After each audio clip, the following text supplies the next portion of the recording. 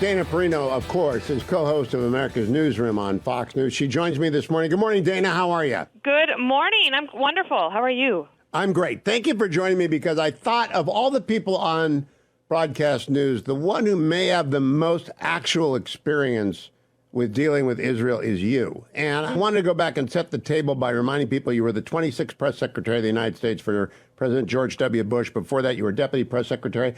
How often did you get to go with the former president to Israel, Dana?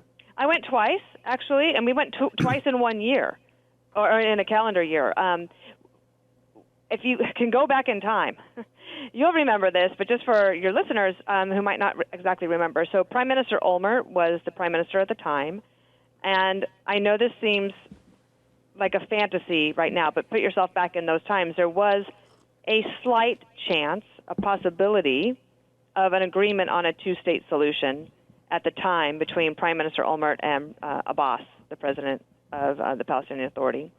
And it was really, you know what, Hugh, I'm saying this out loud, and I'm thinking everyone's going to say that is impossible. There was never going to be a two-state solution. But at the time, that was the deal. And so it was a possibility. The president went there to encourage and to listen, but also he was there because there were a lot of things going on in the region, and I was there in that last year, and President Bush took very seriously his responsibility to hand off to President Obama the best situation he possibly could across the board, but terrorism and terrorist attacks was very much on his mind at the time, and of course Israel has been such an incredible partner for the Western world in order to help share intelligence to help prevent terrorist attacks. After October 7th, we know that doesn't always work. But it was. I think we should even go back further in time, Dana Perino, to after 9/11, President Bush attempted to do a deal with Arafat. Arafat would subsequently die, but Arafat lied to him, and I believe W then said, "I'm not dealing with that guy ever again." Have I got that correct from my memory? You are correct. And so after Arafat died, President Bush attempted to do a deal with Abbas before Hamas took over the Gaza. There was that brief moment in time. Israel's always been willing to go. And how optimistic was it on Air Force One that the two-state solution could actually happen? I would say just mildly optimistic, because one of the things that was happening at the time was Olmert's government was very, I would say, unstable. There was always a threat of a new election being called because the coalition government was having a difficult time working together. I'll tell you my favorite story, though, of that time, and it was about leadership. So we had heard, or I should say the president had heard, and then I was privy to, that there was one person on the cabinet who was very much against any deal that Olmert was going to make. And the president was invited to a dinner. We were all sitting there together. We're all eating dinner. And, you know, he didn't like to waste time or in idle chit-chat. So he just puts it out on the table and says, I understand that some of you here are against a deal. And I just want to step back. And let me ask you, how did you come to Israel? I'd love to know your stories. What are your family history? How did you get here? And I remember the chief of staff for Olmert looking for permission to speak. And he says, yes. So he starts and he says, well, my family came from Iraq. And it was 1936, I think he said. And then the next one was Poland. The next one's Ukraine. Down at the other end of the table, another Israeli cabinet member leaned forward and said, wait, your dad came from Poland in that year? That was when my dad came. And they had all these little small world connections as they do this for about half an hour. And it was very beautiful. And they had these moments of unity. And the president said, I had a feeling you all had forgotten why you were here in the first place. And he stood up, and we left. And well, he was a great diplomat. Try to get them to talk to each other. A lot of people underestimate how much the former president invested of his personal time in getting leaders to try and lead. I don't have anything like your experience, Dan, but he would invite talk show hosts in to meet with him occasionally. Maybe you were part of the reason that happened. Mm-hmm. One time we came in, we were late. He kept us waiting for a half hour. Of course, you wait for the president. He apologized, which, of course, doesn't have to do. But he had been on the phone with then Iraqi Prime Minister Maliki, I think. Yep. And and had gone longer. And he began by saying, you know, it's my job to try and teach these people in new democracies how to lead. And so I'm sorry. And we went on with the meeting. But he invested a lot of time in it. But the point is that both Sharon and then Olmert and then before them, Ehud Barak tried to get a two-state solution going at Y River with President Clinton. Then W tried to do it. Secretary Rice tried to do it. They tried again and again and again. And it doesn't work because the Palestinians never want the deal. At least that's my understanding of it. What's your understanding of it? I think that is absolutely true. And it's one of the reasons I feel so strongly about the coverage that we're doing here and the coverage that you're doing. I know that you and I follow each other on Twitter. We don't get a chance to talk all the time, but we have similar thinking about this moment for Israel is about their survival, the survival of the state of Israel.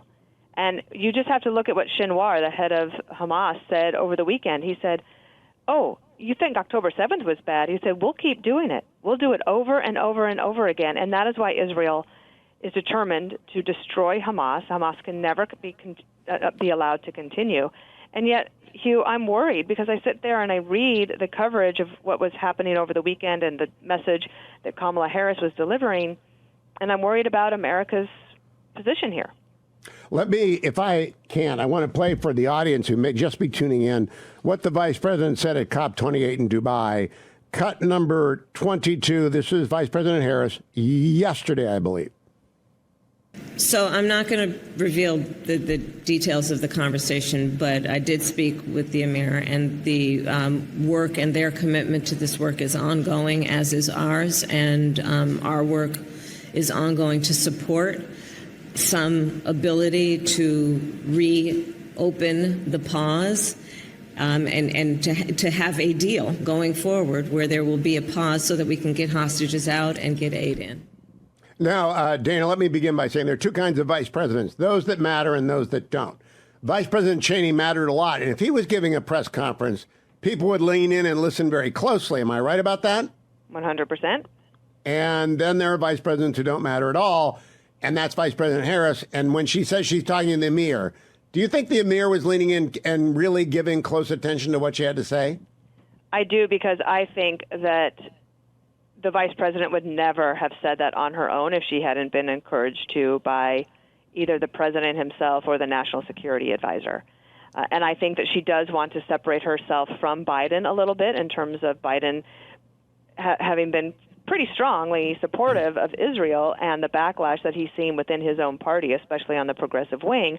I think she wants to try to distance from that a little bit. So if they encouraged her to say that out loud, I think she would have no problem saying that. Also, last week, she was asked at the Deal Book conference, what do you think about, do you think Israel is obeying the rules of war? And her answer wasn't yes, as it should have been, in my opinion. It was, well, there are many rules of war. Oh, I missed that. And I don't like the the shakiness there at all. I missed that. I got to play for you the second quote from the vice president from yesterday, because this one's even worse. Cut number 23. Well, as I said, we have to revitalize the Palestinian Authority, which means giving the support that is necessary for good governance, understanding that on the issues that must be resolved as we think of a plan for the day after, it is about good governance, which will bring transparency and accountability to the people of Gaza and the West Bank. It's also about what we need to do to recognize there must be some plan for security for the region, and I suspect as a plan develops, it will take into account interim and then longer term. And finally, what we must do in terms of rebuilding Gaza and a commitment to that. So, Dana Perino, what do you think that means?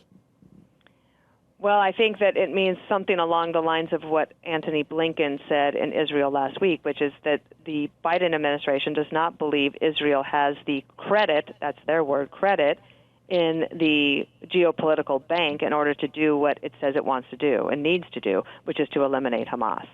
And it also means that she is going to be looking for regional actors to try to pitch in on some sort of aid package for Gaza, while Israel continues to sit there and say, we have suffered the worst terrorist attack in our country's existence. We have to figure out how to protect ourselves immediately, and they need America's help. But I think my take on this, Hugh, is that they're moving forward, and they are trying to protect civilians. We know that. They are obeying the rules of war. No one else is. And she didn't ask anybody in the region to condemn what Hamas did. And the regional actors, they could have helped Gaza in the last 15 years. Did they? No. So I think there's a lot of, maybe, I don't want to say backsliding on the Biden administration because we haven't heard from the president, but in my experience, she never would have said that if she didn't have the okay from the president himself. I'm going to come to Lloyd Austin in just a second, but I liken listening to the vice president to playing Chutes and Ladders. And whenever she gets asked a question, she goes down a chute to an old collection of canards and cliches that she used to, two-state solution, Palestinian Authority, and that if you pushed her, she wouldn't even be able to give you the list of prime ministers of Israel, much less their positions or when the withdrawal of Gaza occurred and how often they've offered and been told no. She wouldn't know what Wye River is. I just don't think she knows anything, Dana. And maybe I'm being ungenerous, but I have a pretty good nose for people who know what they're talking about. I don't think she knows what she's talking about. You know, I would say, like, even for me, when I first started in the Bush administration, was actually at the Justice Department after 9/11, and I had so much to learn, Hugh, and it takes a lot of time. And thankfully, I had wonderful people around me, like Steve Hadley, who guided me and helped me understand all sorts of these, all of the geopolitical issues that we're talking about today. I really learned about back then, and it was quite an investment of time and time that I needed to spend. I didn't learn enough in my university days about it, and part of this is learned experience. But imagine you're the vice president of the United States, and every single day you could call anybody in the government and have them come and give you a briefing on something because they're the experts. 43 used to do that all the time. He would just randomly say, could I get a briefing next week on what's happening in Haiti? And sure enough, here they would come. And he would just always be curious. And I don't see that with her. I have a ton of curiosity. Every day I wake up and I think I know less than the day before. So I feel like I'm always trying to catch up. Like I'm trying to walk up that chute that she falls down when she answers a question. I'm back now with Dana Perino. This will air on my podcast, and I'll return to the on-air broadcast in just a minute. Dana, you're very generous towards successors as press secretary. I think probably you inherit that from former President Bush, yes. The same attitude. He never speaks ill. I don't want you to speak ill of Karine Jean-Pierre. I just wanted to know if your deputy took the hard shots and the hard slots in the way that Admiral Kirby is doing it for Karine Jean-Pierre. They don't put her out in harm's way right now. Why is that? John Kirby is an excellent communicator. Yes. And I think that they're using their best tools. One of the things that a press secretary can do is say, look, I don't have all the answers, but I'll get you somebody who does. And so in some ways, perhaps she is saying, let me do the smart thing here and get him to do the briefing on these particular topics because perhaps she knows that there's a limitation there or that it's extremely frustrating for the people in the briefing room and those listening. The other thing is, Hugh, that I was never more recognized except for when I traveled as press secretary to South Korea and Israel. Why? Well, were two states that were very concerned about their safety. South Korea because of the north and Israel because of the region and the concerns there. Because our allies listen to everything the White House says. So the press secretary briefing is very important. So I think that's one of the reasons they put John Kirby in there. I think that she would perhaps be better served by having a little bit more time with President Biden. I don't think she has a lot of it. I don't think he spends a lot of time with those people so that they're always sort of not quite sure what to say because you don't have time with him, so you don't know what to say. You know, I do want to pause on Admiral Kirby is extremely well prepared. And he is also by far the toughest on Hamas of all their spokespeople and of all their officials. I think he's got clarity that everybody else lacks. Have you noticed that? Yes, I believe he is a personally principled person. I also think that he and his deputy, Sabrina Singh at the Pentagon, continually have to figure out a way to get the administration back to where they need to be after the progressive left leaks something or says something that makes it look like the Biden administration is moving away from Israel. But I believe that Admiral Kirby is determined to show there is no daylight between the United States and Israel. He would be better served if the vice president agreed with him, and I don't know if that's the case. I don't think the Secretary of Defense agrees with him. When we come back live on the radio, we'll talk about Secretary Austin. But I just don't recall a moment during 8 years of President Bush when his press office was divided against itself. I just don't. And that never ever happened. I would, but I'll tell you one thing I really hated to do was brief about the budget. So in the weeks leading up to the budget, I would always start asking around, like, who would like to brief the White House press corps? And, they love to do it. So I would make sure I would have somebody, like I remember Rob Portman did it for me a couple times, and I was so happy. We come right back. We're going to talk about Secretary Austin. Stand by, America, on the podcast. Dana Perino is coming back on the broadcast right after this. Welcome back, America. I'm Hugh with Dana Perino, of course, co-host of America's Newsroom. She's about to go off and be on the air. I really appreciate the time, Dana. You bet. I want to do two more things. First, in the Bush years, you had two national security advisors, future Secretary of State Condoleezza Rice, and you mentioned Mr. Hadley earlier, Stephen Hadley. I never saw Stephen Hadley that I can recall give a briefing. I don't believe I saw a lot of Secretary Rice before she was Secretary Rice. We've seen a lot of Jake Sullivan. Do you think that's different from when you were there?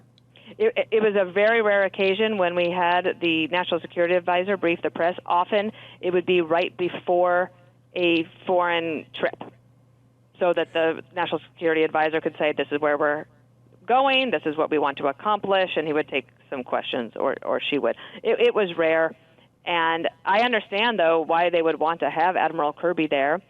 There was a lot of question about whether Biden wanted to make him press secretary initially, right? Yes. Instead, they decided to go with Karine Jean-Pierre. I think she's smart to lean on Kirby because he's got the knowledge and the experience. And I would say we're all better off for having him there because he's very principled. He seems to believe in his gut about what's right and wrong in this. You remember you saw the leaked commentary from President Bush when he was given a private event a few weeks ago, and it was right after October 7th, and he said, there's a guilty party here, and it isn't Israel. And it's 12. I applauded President Biden going to Israel. It was like when President Bush showed up in Iraq on the first Thanksgiving that he did it. It's very important to do it. But I am very dumbfounded by Secretary Austin at the Reagan Defense Forum over the weekend, Dana. I don't know if you're going to cover that today, but it seems to me Secretary Blinken, Secretary Austin, the Vice President, everybody is putting pressure on Israel. And it's been 2 months since 1,200 Israelis were massacred and 240 kidnapped. And we have 8 Americans held hostage and no one knows their names. Are you astonished by this as I am? I'm upset by it, like actually really upset. And I'm pretty even-keeled, but this makes me extremely angry and nervous. I will tell you this. I don't think that happened by accident. I think all of the administration people that came out this weekend to pressure Israel did it on purpose. And if it's not coming from the commander-in-chief, that would, one, be a concern. But I believe the administration is figuring out a way to try to tap the brakes here. And the only reason we got to a hostage release is because the Israeli military put so much pressure on Hamas that they basically cried uncle and said, we need a few days. Okay, my last question, Dana. Last night, there was a mob outside of a Jewish deli, or at least a deli owned by a Jewish American who might also be an Israeli American, called Goldie's. And the mob was hundreds strong, and it was very threatening. Governor Shapiro, Democrat, has denounced it. Dave McCormick, who will be the next senator from Pennsylvania if things go well, denounced it. I have not seen anything from the White House. What would W have done if an anti-Semitic mob showed up in the streets of Philadelphia intimidating, harassing, and threatening a Jewish American citizen? It's so shocking that you think, well, I can't imagine that we have gotten to this place. I don't exactly know what President Bush would have done, but he would have been in touch with the governor, indeed. And the other thing is, though, last night they decided not to do a menorah lighting. I believe it was in Richmond, Virginia, because it might upset some people. Yes. Right? So when I talked to Dan Senor on the podcast I do, one of the things that shocked me was when he said, for the first time in my life, I feel vulnerable. I don't want my friends. I don't want any Jews to feel that way. I don't want any Muslims to feel that way. But I don't think that the White House's anti-Semitism movement is actually bearing any fruit, and they need to do something more to do that.